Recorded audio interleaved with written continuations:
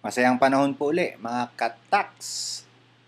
Ito po yung ating series ng tax consultancy course para dun po sa mga mayroong intensyon na maging tax consultant. Isa po sa mga very lucrative aspect ng being a tax consultant papaano po i-handle ang mga tax evasion charge na pine-perpetuate ng isang BIR official.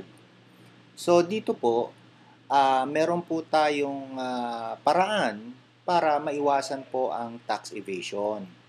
So ito pong curriculum na to o itong module na to na napapaloob po sa isang kurso na tinatawag kong tax consultancy ay tuturuan po kayo na ma-prevent po ang criminal prosecution ng inyong kliyente.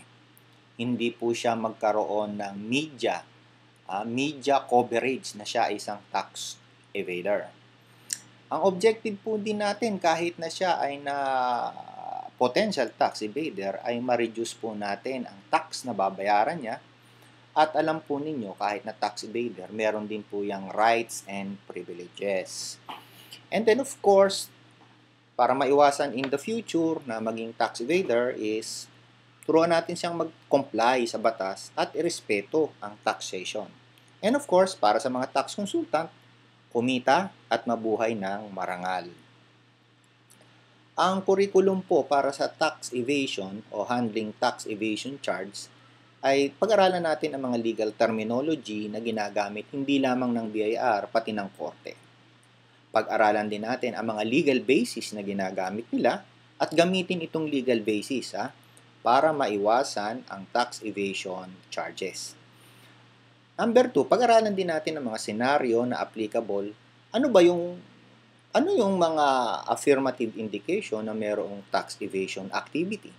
Yun yung mga characteristic, yun yung mga icons ng tax evasion. Pag alam natin yun, maiwasan natin ang tax evasion. And number 3, ano ba yung mga winning approach para ma-prevent na natin itong mga tax evasion charges na to? Iisa-isahin natin yun. And number 4, alamin natin ang modus operandi. Alam mo po nito, ang dami.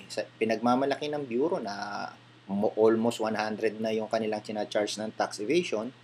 Pero tama ba yung kanilang ginagawa? Ano bang modus operandi na to? And of course, sa paggawa natin ng mga bagay nito, kailangan tayo may mga exit clauses. Ano ba yung exit clauses? Yun po yung mga paraan para meron tayong tatakbuhan in case na medyo pumalpak po yung ginagawa natin. Alamin din natin yung mga rights and privileges natin para imagamit natin in times of trouble. Hindi lang po yun. Pag-aralan din natin ang mga legal obligation ng BIR at saka mga laws ng ating bansa para po yung pong magamit natin na hindi nila pagsunod dun sa mga laws of the state at saka yung legal obligation nila, magamit nating paraan para maiwasan natin ang immediate tax evasion activity nila.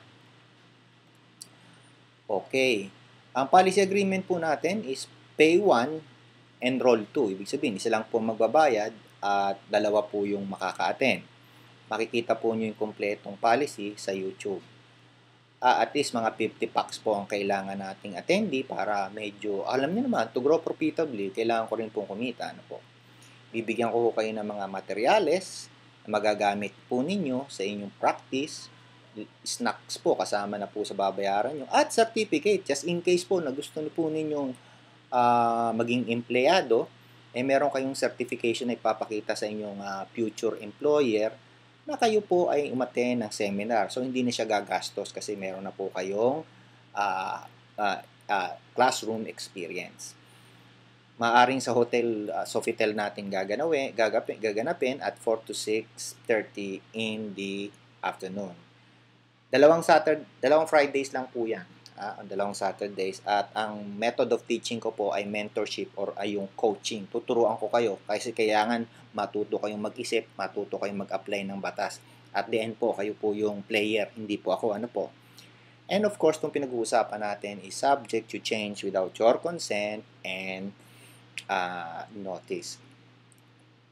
Ito po ang contact details ko. Ano po? Ito po ang telepono ko, mobile, email nyo po ako, website ko na babaguhin ko po yan later on, Facebook, makikita nyo po ako sa Facebook, i-like nyo po ako sa Facebook, at sa YouTube, pwede nyo po ako tingnan. So, mga kataks, magkita-kita tayo sa classroom ni ETM, ni Kataks ETM. Tawagan nyo lang po ako. Thank you very much at masayang panahon.